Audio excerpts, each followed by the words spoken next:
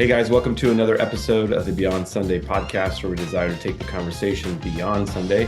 I'm Devin, and this week I'm joined by my friend Shreya. Shreya, how are you doing today? Good. How are you? Good. Yeah. Before we dive into the conversation, let's take a look at this video.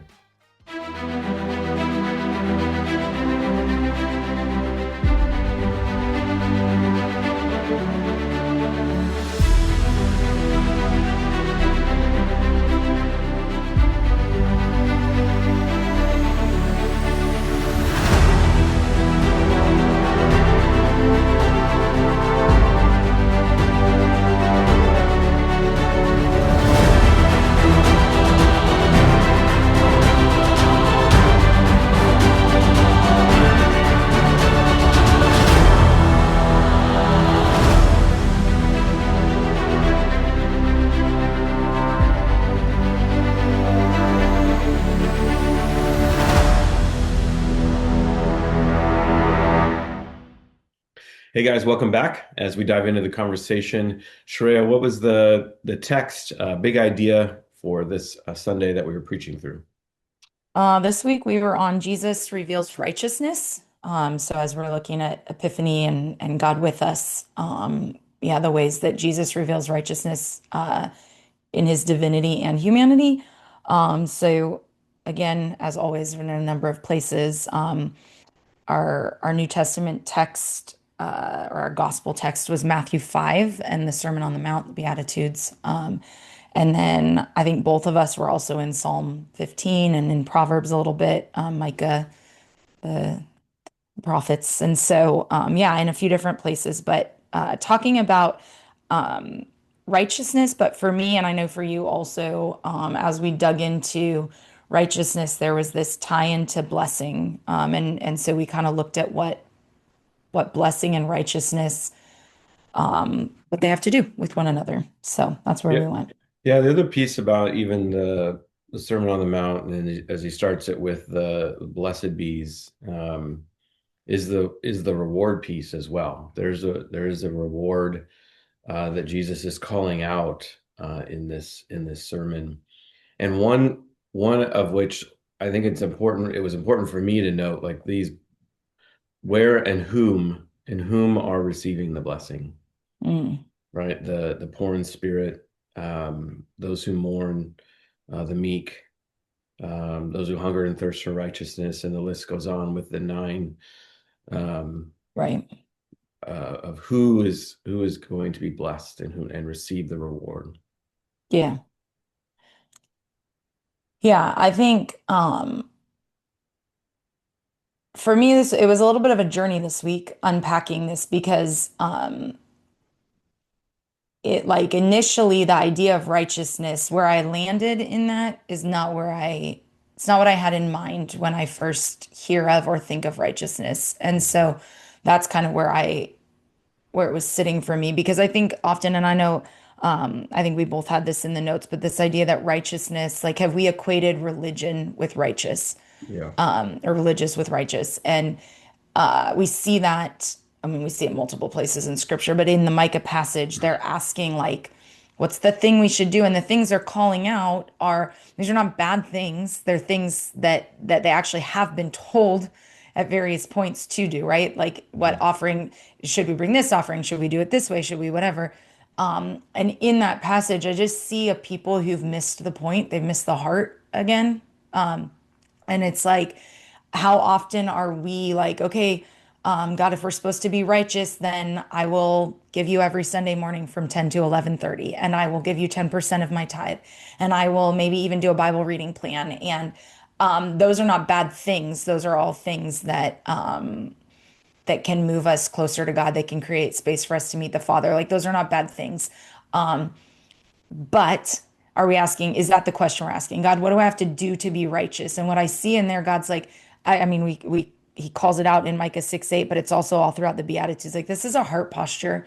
And it's the way that you take what I've given you, that you recognize like who I've made you to be and who I've called you to be, and the way that you use that for the world around you. And that was the blessing piece for me. In If we look at Proverbs 11, the call out of like, uh, when the righteous prosper, the city rejoices. And the words, we got into the Hebrew, so like always love that. But the words there, this idea that righteous people are ones who take the blessing that they've received, any blessing, any prosperity that they've received, and they use it to bless the people around them.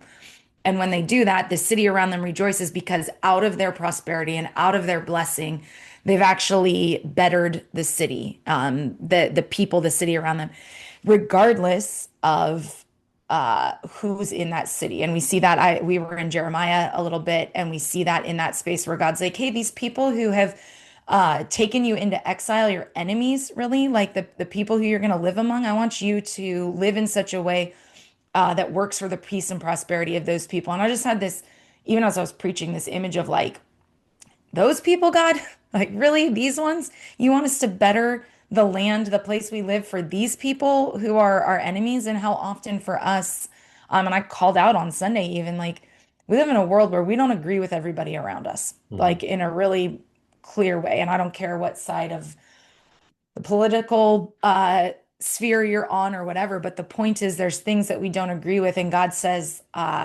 like, actually, the things I've blessed you with, I want you to bless the people around you. They're not if they believe the same way as you or look the same way as you or come to your church or believe in me, but I want you to work for the peace and prosperity of the place I've planted you. Mhm. And that when you do, I see you as righteous. And Yeah. that was the piece that landed for me was like, okay, so actually what I'm called to do is take whatever God's given me in whatever way he's blessed me and use that to better the places I work, live, and play. And that when I do, that's when God says, yes, righteous. Yeah. Yeah. You called out the righteousness tied to the blessing. For me, the questions that I was seeing in the scriptures, both from um, uh, and ones that are there, but in the text, and ones that come for me from reading the text, whether it's in Matthew 5 and the Beatitudes of who is it or whom will get the blessing and what's the reward. But the question of even in Psalm 15 is who can abide in the presence Yep. of God? Who Right. can come and be with God? And the response that David offers in Psalm 15 is the righteous, Right. the Sadiq in Hebrew. And that's what took me to the Sadiqim of the which is righteous people. Right? This Yeah. idea like people who will be righteous and pursue righteousness. Kind of even what I sense in those who will receive the blessing in Matthew 5 of who Jesus calls out. And then in Micah 6 was like, what shall I bring as an Hmm. offering? Hmm. Right. And even God's response through the prophet Micah of like, here's what I want for you to bring. It isn't more offering. It isn't more oil. It isn't more sacrifices. I want you um, to to offer yourselves in these kinds of way, to seek justice, to love mercy, and to walk humbly with God. Like it couldn't be said more simpler. It's the upside down, but it's so upside down from Correct. the And I empire mean, that we in how many consider. ways have I even missed that? Like, I yeah, I don't know. In some ways, it's like close my eyes, don't see the world around me, because then I'm Yeah. gonna now I'll know. Yeah. And I wonder if for me and for others, if in some of those places, like, what does this righteousness look like? If in what I know about what's going on around me in the world, I might have responded to that because I can't respond to everything, right? Right. But and yet in the world we see just um, people talking about everything and the brokenness that exists, but doing nothing. Right. Right. Because it Yeah. just seems overwhelming and overwhelming of like the brokenness and the sin that is so pervasive, whether it's in individuals or when it's sinful individuals get together and make systems of sin. That you're Right. like, what do I do? What do I do here in that? What is my place? What is my call? Lord, I desire to abide with you, to be in your presence. Um, And I come back to Psalm 15. Well, it's the righteous who can come into the tabernacle. The righteous can abide with the Yeah. Father. Um, Yet for me, I know I don't have enough in me. And that was the thing, the visual that I sensed even on Sunday was like the righteousness of Christ is even being called out from this last Sunday. That's what uh, gains me access is because of who Jesus is and Mm. what he's done, and my relationship to him gains me access into the abiding with God. And then I'm asking, like, Lord, lead me into these places that are putting my hands to this righteous work you've called me to partner Yeah. with God. Yeah. Well, and that's where I think because um, that's super relatable. It's just, it's like, the brokenness is overwhelming to the point of paralysis. And Right. I think that that is where I actually think that's where like evil's like, yeah, actually, if we can just make this feel so overwhelming, they just won't do anything and then we don't have to worry about it. And that's where for me the application piece of this week and um totally took this from Amy Sherman. But she has resources. She talks about vocational stewardship. You're the one that even introduced me to her, but she talks about vocational stewardship and she has a bunch of different talks and books and resources on her website. And one of them that I even like I put up on Sunday and then I had printouts out was this like this dimensions of vocational stewardship that basically just help you walk through like where are the places I've been blessed because that was one of the things that was landing for me and I called it out even it wasn't in my notes but I was calling it out like okay some of us are hearing this idea of like okay so yeah, if we walk that back, who gets to dwell in the presence of God? The righteous. Great. Well, I'd love to dwell in God's presence. So how do I be righteous? Well, blessed to be a blessing, right? Where are the places I've been blessed for the and use that for the peace and prosperity of those around me. Some of us are sitting in this place going, that sounds great. And once God blesses me, I'd love Mm-hmm. to use that blessing, right? Mm-hmm. And it's really easy for us to go like, yep, God, if you could just give me a little blessing, I'll use it for you. And not recognize the places that like actually we all exist in a constant state of blessing. God's goodness has been poured out. That doesn't mean that there's not hard things or that we don't have hardships or lack or need, but do we recognize the places and the ways that God has blessed us, not just financially, not just in physical Mm-hmm. things, but where are the places? And so we walked through some of those like vocational dimensions of like, where's the places that my education or my experience has gifted me with something, has given me some kind of like blessing or thing that I can use for the people around me. And so even something simple like gosh, if I know how to if I'm a teacher and there's somebody that lives next door who is struggling to read. Like maybe I don't volunteer at the tutoring center, maybe I don't sign up for something, but maybe I teach the little boy next door how to read. Or Mm-hmm. maybe I make cookies for the person across the street or whatever the thing is. And it doesn't sometimes we get caught up or hung up on this idea that like we have to meet the world's need right Mm-hmm. here that's this Mm-hmm. big. Yeah. But the idea of like seeking justice and loving mercy and walking humbly, all that language, for me, that all lands in a way of like, as you're already about the business, the places I've called you, where Yeah. you work and live and play, are you seeking places that might need justice? Will you choose to love mercy over your own comfort, over your own like protection? And will you walk with me humbly? And that idea of walking humbly, again, that I don't know, we probably say this every week, but the Matthew 11 passage comes to mind where Jesus is like, I'm going to work with you. And your invitation is to walk humbly and walk slowly with me. And I'll point out to you places where I've asked you to bless or to step in. Um, because I think it like the stuff in the world right now is overwhelming. And that's not new. That's true for Mm-hmm. always. But like, yeah, what am I supposed to do against these big things? But Yeah. is there someone right in front of me Yeah. that could use some justice or some mercy, an act of humility? Yeah. Or even like Jeremiah in the Jeremiah 29 passage, it calls out the things it calls out in there. Those are just life things.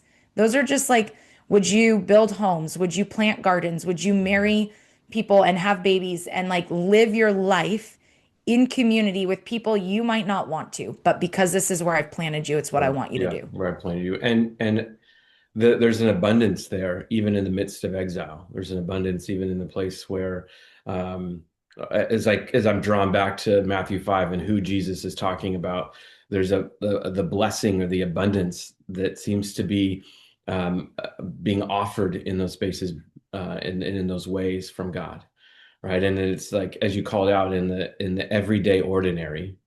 Yeah, Where is it that God has planted you, has brought you, has placed you to be the Sadakim, to be the righteous people, to bless those around you in very tangible ways. right. And even some of the examples that even Amy Sherman brings out, they're really cool examples. But one that came to mind even now in our conversation has been in Portland. They have this guy created. It's called the bike bus. Mm, And so he was seeing that kids like just didn't really have a safe place to ride their bike, and riding your bike to school is sort of a thing of the past. Like it doesn't happen very often, and some kids don't even have bikes. So what he did is he organized a bike route like a bus route, yeah, yeah. and they Nice. would and he would start it, and it was for this one school because I think he's a teacher, PE teacher or something like that. So he'd start it, and then he'd ride along, and as you know, kids would hop in and ride along, and it'd have people stopping traffic as they go from their on their bus route, picking up kids who have bikes, and they're riding along. You know, and he's Yeah, got a helmet and riding in this pack of bikes on the road to school, and it's just this like it seems to be this a joyous experience for the kids and even the adults who get to be part of that. And there are adults are wearing their yellow like it's like a raincoat, but it's this like high vis kind of yeah, thing. Like and the kind of I don't know the kind of joy that brings and community feel.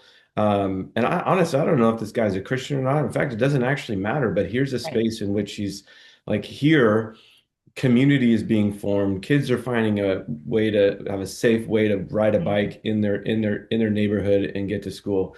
Now, that's the piece where it's like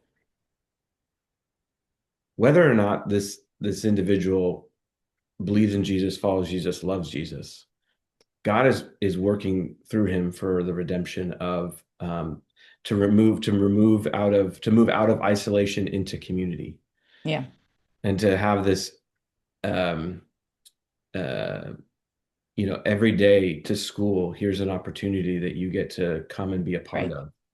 And that's to me sounds like the Sadakim. Yeah, it looks like kingdom. Yeah. Yeah. Yeah, and that I think the other piece to call out, and this came out, Max and I were having a conversation last night, but even as we tie it back to the Beatitudes, the Sermon on the Mount, what Jesus is calling out in some of those places, like it stands in such contrast to the empire that we live in, right? So this all of the Beatitudes is basically like, let me tell you about this upside down kingdom that I'm Mhm. inviting you into. And there's the blessing and there's the reward. Blessed are those who, and then they shall inherit, or here's the reward, right? Mhm. But the things that sit in the middle, um, like for us, we read those and already they sound a little like off or upside down. But for those hearing it in that culture and in that time, it's like, this is radical. What are you even saying? But in some of those, I wonder too, like those who realize their need for God, those who mourn, those who are humble, those who hunger and thirst for righteousness or justice, some translations say, in those things, like I hear not only a doing. So yes, like if you uh desire mercy, you want is merciful, is pure in heart, peacemakers, like those are doing things. I recognize that, create peace, all of that. But there's some level of this like heart posture even in that. And some of what Max and I were talking about last night was how often we can all agree that like okay, things are not great in the world around us, and especially right now there's some stuff going on that's heavy and that's hard. When we gather as a church family, are we pretending that not are we not only like maybe there's not something direct that we can do about those things right now in that moment, but are we gathering as if those things don't exist? Are we pretending we come to church and we're like, God is so good and this is so great and we're going to worship you. I'm not saying those are bad things, but are we mourning? Are we like calling out? Are we desperate to see justice and to see mercy that maybe can't come from our hands? Maybe I don't have the influence, maybe I don't Yes. have the platform, maybe I don't have the resources to directly impact Yeah. some of that brokenness that exists right now. But is my heart cry like, am I broken for that brokenness? And when we gather together, are we mourning because there's people who have been made in the image of God who aren't being treated like they've been made in the image of God, regardless? Hmm. And so that kind of for me last night, even with Max, was another level of like sometimes it's not a doing thing. Maybe God's invitation for me and what it looks like to seek justice and love mercy and walk humbly with him in this moment or this space is just to have is to sit in a place of lament. Like, God, there's brokenness and this is unfair, and to invite others who follow Jesus into that same lament to say, this isn't okay. And I mean, God, scripture talks all about the power of prayer and the power of that call out. And so are we doing that? Or are we pretending like this is too big and it's too heavy and Hmm. hopefully politics figure themselves out and get this, whatever. And in the meantime, we're gonna, Yeah. gather and I don't know, have a potluck and whatever. Yeah. Um, But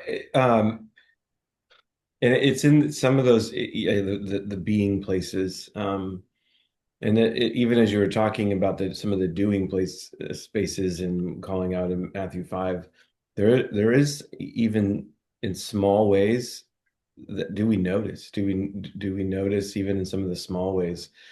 Like for example, I get to coach middle school athletics, and so right now it's basketball season, and um, one of the coaches found out that one of his players doesn't have access to laundry, and so after a game or whatnot, like laundry doesn't just take place when you get home. I mean, it's like more of a we do it once a week, or we can get to it on Sunday, or we get to it, but it's not you're not just gonna be able to go home and throw it in yeah, the washer.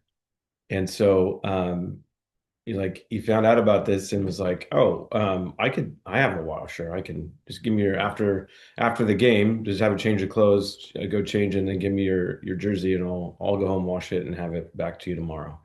It's yeah, those it's those pieces where like you have to actually notice, you have to ask the question or be present enough to oh, I that's uh a big it's a big it's a small do, but it's a big result, a reward, if yeah, you will, of like I see you, I care about you, and in this way I can care for you by doing some yeah. simple laundry, washing your jersey. Yep. Sounds like the Sadakim. Yeah, sounds like the kingdom breaking in. Yeah, it's good. It is good. So as we wrap this up, what's landing? What's the Kairos? What's God saying for you? Yeah, I wonder if it's being more observant, noticeable. I mean, and it's not so much doing, but just got the prayer of like, Lord, open my eyes to see where your kingdom's breaking in, and help me see it. I want to see the big things. I also want to see the small ways in which um, your kingdom's breaking in, where God's blessing is flowing in different ways. I want to see it. Yeah, So it isn't so much doing for me, but just God, give me the eyes to see. And I suppose the um, walking that out then looks like, okay, well, call it out. Let's go. hmm Like they're too good not to share. hmm Let me tell you about this. This looks like Sadakim. This looks like the blessing of God flowing because people are are being a people of righteousness. They've recognized the blessing that God has offered and the reward, and then the obedient response um, is to bless. yeah, And so, yeah, God, give me the eyes to see, so that then I can call it out. Because I do even in this conversation, it's not till right now that I'm like, oh, that Mhm. piece is Mhm. it's a small act, but it's a a big blessing. Yeah, it's good. I think for me, it's what I was just saying that came out of even last night's conversation with Max, that and even as you're calling that out, maybe what's landing for me is that uh corporately as a body of believers, like if our desire is to be a Jesus-shaped church, we actually have to start with the being before the doing. And so in spaces where we could get caught up on like, what could our little church possibly do that makes an impact in these big things? Mhm. I think the invitation is like, what if we sat in a place, will we mourn? Will we mourn for the brokenness together? Will we be desperate for righteousness and justice, even if it can't come at our hands? But will that be our heart's cry and our longing? And yes, to show up like you're calling out, absolutely, to see the things and the places, small or big, where we can do something. But there's something about the corporate, like together as a body of believers. Will we not ignore or pretend, but will we call out like, yeah, this is hard, and this doesn't look like kingdom. And so we'll call that out, and we'll mourn that, and we'll lament with you, God, in that. Um, yeah, I think that's what's landing. Yeah, So, yeah, and pray for God's right, kingdom to come, and then right. if He chooses to partner with us and allow us access and influence and investment, talking about the vocational power, might we be faithful to step into those places that He has opened doors for. Yeah, Yeah, it's good. it was good. Well, guys, thanks for listening in, and we hope and pray that your conversations are going beyond Sunday. And until next time, take care.